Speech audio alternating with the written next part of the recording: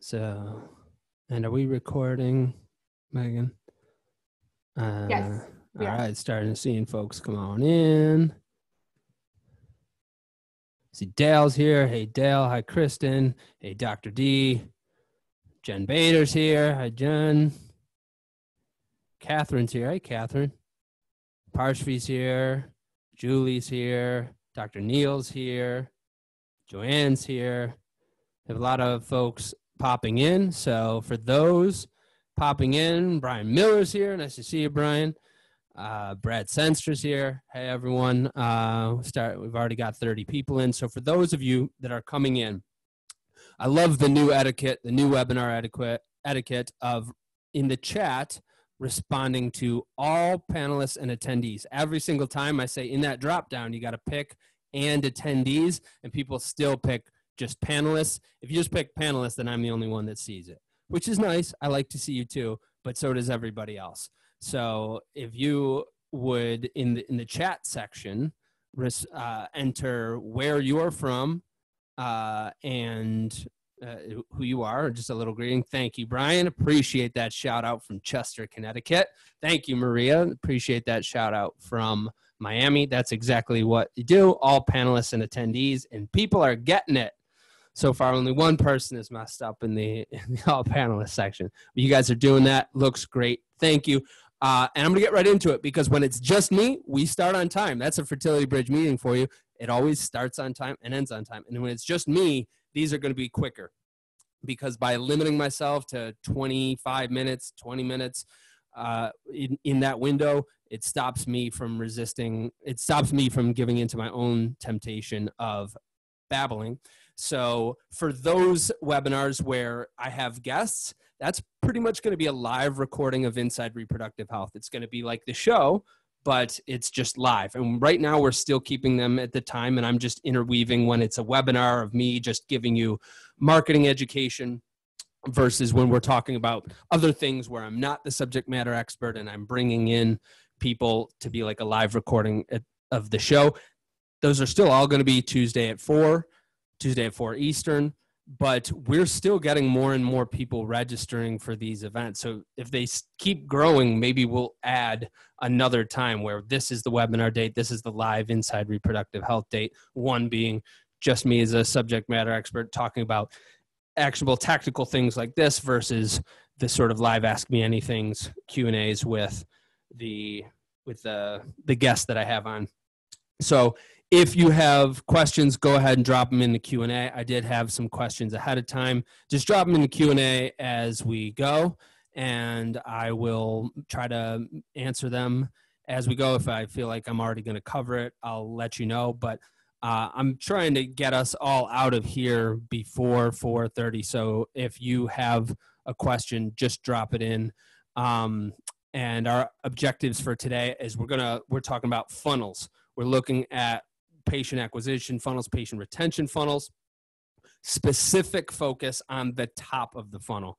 And I'll tell you why. And then I'm going to give you some takeaway tactics that you can use for the top of your funnel. So we'll do some other webinars in the future about the whole funnel, but I want to address mostly the top of the funnel. And the reason is because we have to act now. We've just had cold water dumped on us. And if anybody in the chat can name who this is in the right, you're going to be my favorite person. If you know without Googling who this is or anything about the story behind us, because what I'm seeing right now is people either freezing or acting. And I think so many people, Dr. Payne guessed if it's Mark Spitz. It is not Olympic swimmer Mark Spitz, not a famous athlete at all. What I'm seeing from most people is that we're not freezing in terms of Brian Miller's got it. We're not seeing the freezing in operations because everybody's fighting to get back. But I am starting to see people freeze up in their marketing because they think, well, gosh, I can't spend time trying to figure out a social media strategy. I'm trying to figure out what our consent protocol is going to be. Or I can't spend money on Google ads because I'm trying to bring back my staff. Whether it's time or money, we have one or the other. We have to be investing at least one of those two now. And this metaphor is for, if anybody has watched this video, it's incredible. Brian says it makes him feel old. It's okay, Brian. This is actually, well, I don't know if this makes you feel older. This is before I was even born. But it's a flight that crashed in the Potomac. And if you watch the video, this woman is clinging to the life preserver from the helicopter for dear life. And you watch her, and she eventually just, she doesn't have the strength to hang on to it. Her body is freezing. She's in complete shock. She can't grasp the life preserver, and she begins to drown. And my man, Lenny Skutnik, blue-collar American hero, jumps in the freezing water. He's a firefighter that's just there, not in gear, by the way. And he's on the shores of the Potomac, jumps in, goes full blaze, grabs her and pulls her out of the water. And when I think of times like this, especially when I think of how are we going to respond to communication with patients, how are we going to respond to us controlling the number and the quality of patients that come in versus completely leaving it to our destiny, it is the time to be Lenny Skutnik, because otherwise our employees are represented by the woman on the left. We have to save them right now. And that comes from marketing. So when we're talking about the marketing funnel, sometimes you might hear people will describe it as a flywheel because it's actually several funnels. I'm just showing the most common funnel and then a treatment funnel. But really, you have a different funnel for same-sex couples. You have a different funnel for egg freezing patients. You have a different funnel for egg donor recruitment. But all funnels are awareness, consideration, and decision. What we're mostly going to talk about is the top of the funnel today. And I know you can't really all see this, but the reason why I wanted to cram these both onto this slide is because we're so often thinking of all of this as one funnel, but I want to show you how you've got your big patient acquisition funnel up here that dumps into your patient treatment funnel, because it really is a separate funnel. Once you get someone aware of their problem, considering what they're going to do, if they're going to go see a specialist, if they're going to try with their OBGYN, or finally deciding that they're going to go see an REI, which clinic they're going to go to, how much is going to cost, getting them to actually call and make the appointment. Once you go through that, you're pretty much starting again from the treatment side, making them aware of what options are available to them, giving them their test results, talking about that with them, having them consider, should I try to do a couple IUIs before we do IVF? Should I do this multi-cycle guarantee, or should I just try for one, to actually making that decision of treatment? So we have multiple funnels. This would be different if we were talking about same-sex couples. It would be different if we were talking about egg freezing patients. And then we have that treatment funnel. And I'm bringing this up because when I talk to so many people very often, all we want is this last ring of the funnel. And that's great, like that's what we want, but it amounts to saying, well, I just want anything. I want to be taller. I want to be more handsome. I want to be more athletic. There still is the work of all of the rest of the funnel, and would be especially perilous to neglect it now. So oftentimes when I start with a group, we look at the bottom of the funnel first, and I just put a couple of things like, is your request appointment form optimized properly, right? Are you doing call tracking? Do you do an audit of your call center? Like all of those things that convert at the very bottom, you usually start looking at that first, because if we can make a dent in that, then you have a bigger return more quickly. Not to say that that's the entirety of the return that we should be looking at for the long picture. And the reason why I'm focusing on this right now, on the top of the funnel and not the bottom of the funnel, despite my explanation for why I normally would if this were a client project, is because I think this top of the funnel is really going to hurt in the next few months. So I showed some examples over there of different things that are at the top of the funnel, like fertility wellness, mental health, cycle tracking, all of that type of education is top of the funnel. Consideration right now in a COVID-19 world is it even safe enough to come into a practice? And that's where you show things like how we're keeping the practice clean and safe, and how we're what we're doing with the lab, and any questions about our embryos safe, and those type of things, to decision, like training your call center to make sure that they're properly converting people to virtual consults, and not just saying, oh, it's just a virtual consult. That's normal in a COVID-19 world. This is in the normal world of what's top of the funnel content, what's middle of the funnel, what's the bottom of the funnel. And now where I'm trying to prepare everyone is that I really think that the whole funnel is going to shrink for a few different reasons. One, many of you were on the FPA webinar last week. Many of you were on my webinar with Dr. Beltzos and Dr. Albero and TJ Farnsworth. And I'm just not quite as certain that things are going to come rushing back. I share their optimism for the longer term, but over the next 6 to 24 months, we're looking at basically starting back from ground zero since before the recovery in 2011. We're seeing new housing starts plunging. We're seeing manufacturing drop. We're seeing retail sales drop. Yes, after I created this slide, Tyson puts out a ad in New York Times about how the food supply is being messed up. And I just don't even think we know the economic damage from that and how long that's going to last, which is why I had Dr. Adamson on and Andy Swan on to talk about different solutions. But we need to be filling the top of the funnel right now, because I think many of us as we're starting to come back online, are starting to see an influx of new patients, and we're starting treatments because we had that pent up for demand for 2 months. And then you might also have people that are trying to get it in now. After that, what we're seeing is leading indicators really drop. And I just had a question about if 60 to 70% of patients usually getting to clinics via referrals.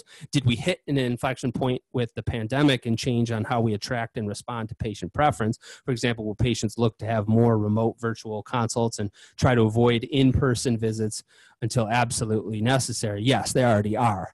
But so there's multiple funnel impacts from that. That's a bottom of the funnel impact of, can we convert them to virtual, as well as we could convert them to in-person previously.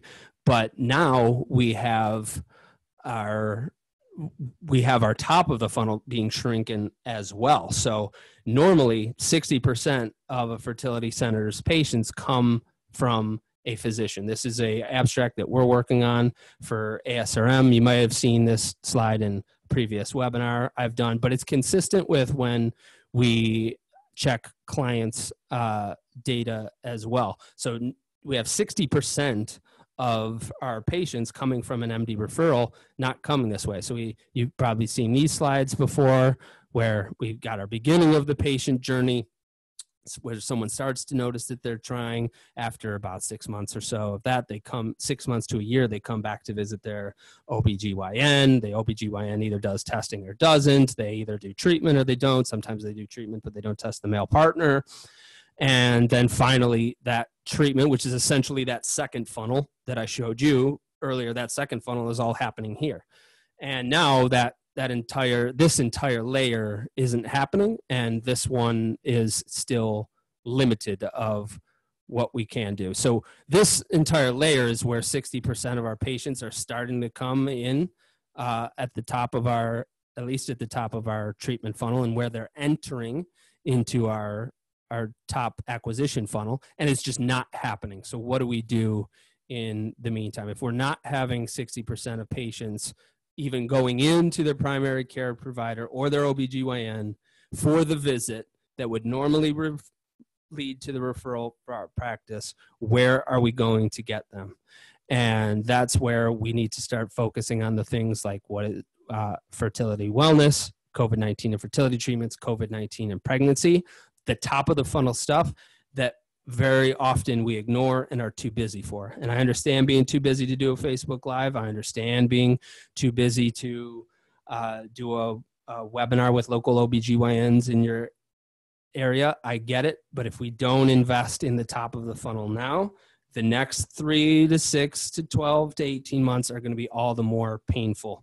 And we will be the lady in the Potomac as opposed to Lenny Skutnik, all-American hero, jumping in to save the day.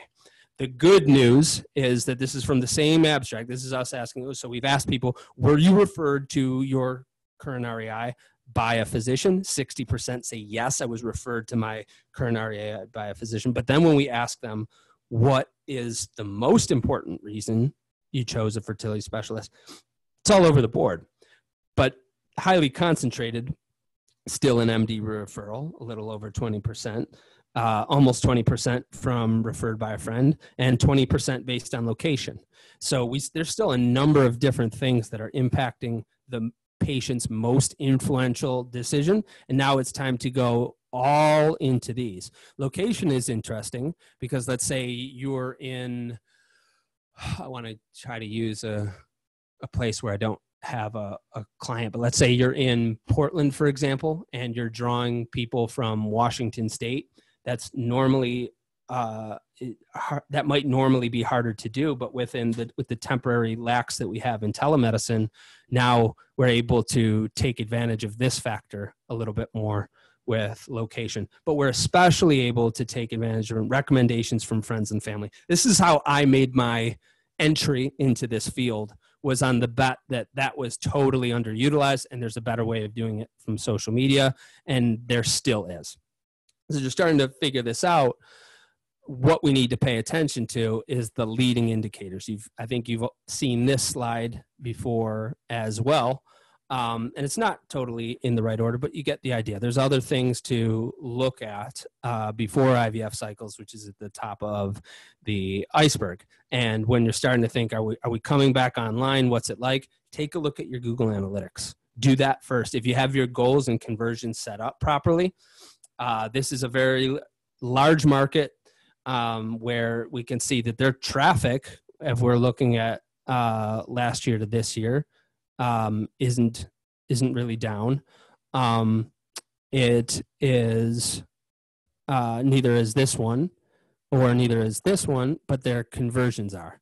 So in this case, their traffic is down as well.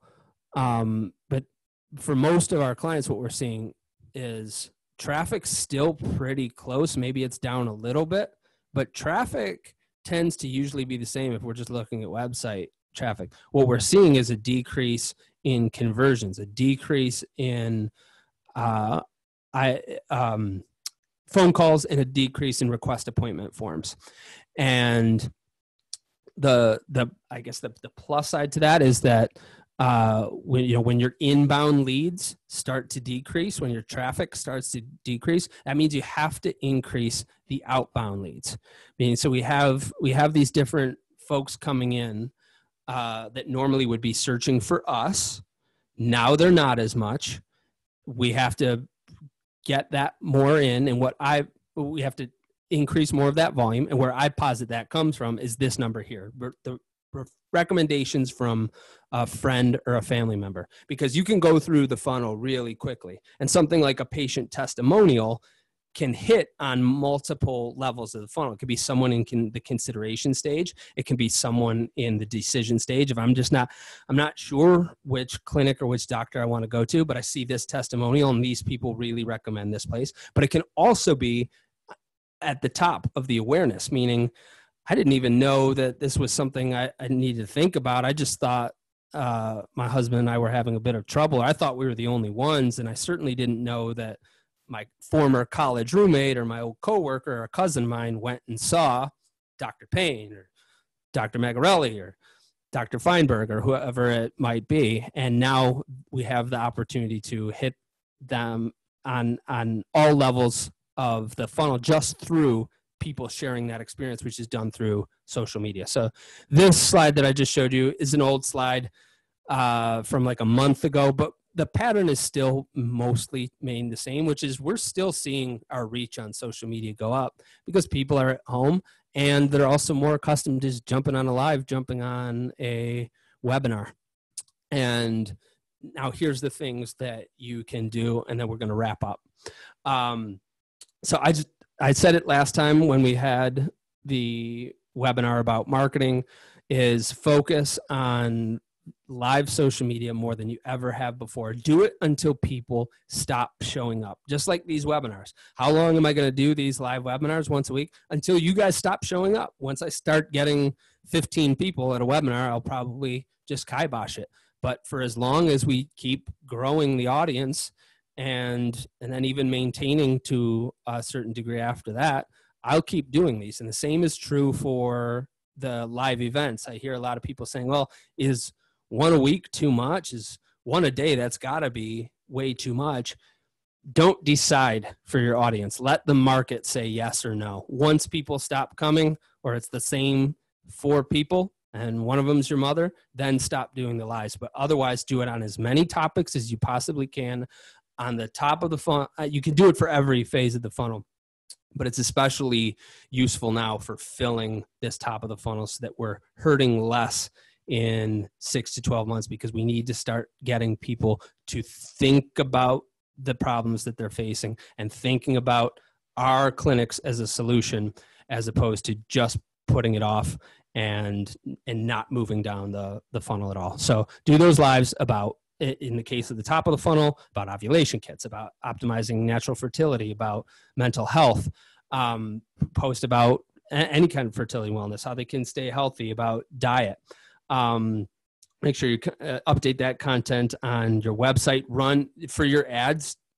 Don't be afraid to run top of the funnel ads to people that you normally wouldn't. And you use that as a cold audience. So you're just running ads to people. Maybe they're not ready to convert right now, but if you've got the right audience in terms of demographic, in terms of age and proximity to your offices, then you can just run fertility wellness ads to them, get them into a funnel of conversion of videos that they watch, or of blogs that they read, or PDFs that they download.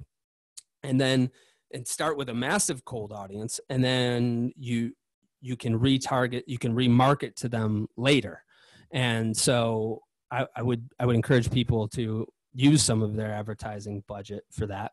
When I say how to optimize a fertility downloadable guide, that means like have something that's downloadable, whether it's a video, whether it's a little mini course, whether it's a guide, an ebook that you write, something that gets contact info, emails, so that you can nurture them in the funnel. Again, the funnel is going to be small. We got to get as many people in the top as possible, but we can't just forget about them after that.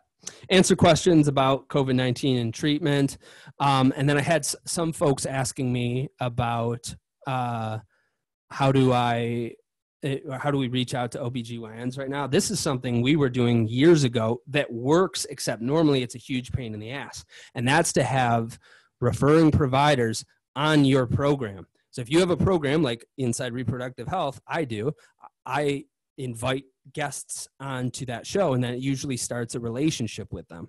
And the same thing is true for OBGYNs or PCPs in your area, or nurse practitioners, or the dean of the division director of the OBGYN division at your local teaching hospital. This is the same thing as dropping off a bagel or a pamphlet or lunch in your price list, I guess, except it's a lot more effective. You're touching someone digitally, but the same as me having them on a podcast is a lot more effective, because we're having a conversation. They're seeing how I'm understanding what they're going through and what's important to them, than me just saying, hey, here's something about digital marketing that they don't care about. And normally this is really hard to do in normal times, because you're already busy and you don't want to do this that much anyway. And then they're really busy and you're trying to coordinate 2 physicians, super busy schedule. And there has been a technological pain in the neck, which is before this, a lot of our clients weren't even using Zoom. A lot of other doctors in your area might not have known how to use Zoom or use StreamYard for Facebook Live.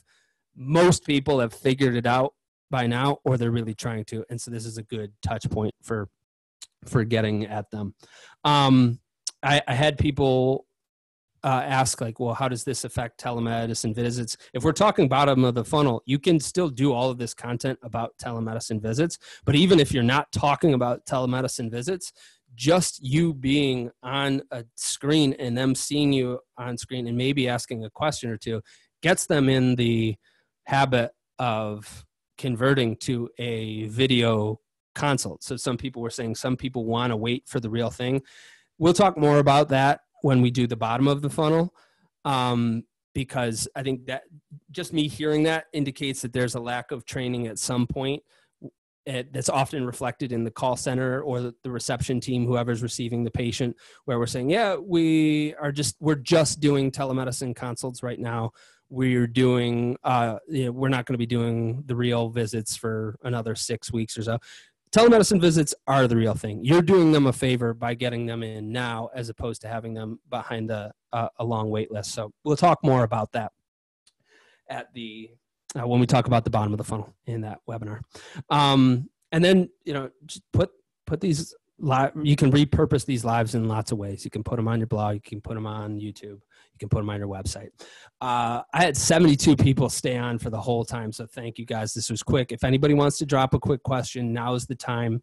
On our next webinar, next week, we're going to be talking with Lisa Reinhardt and with Dr. Giovanna Lukovic from RMA of New York. We're going to be talking about protocols or standard operating procedures for how you reopen. Not my area of expertise.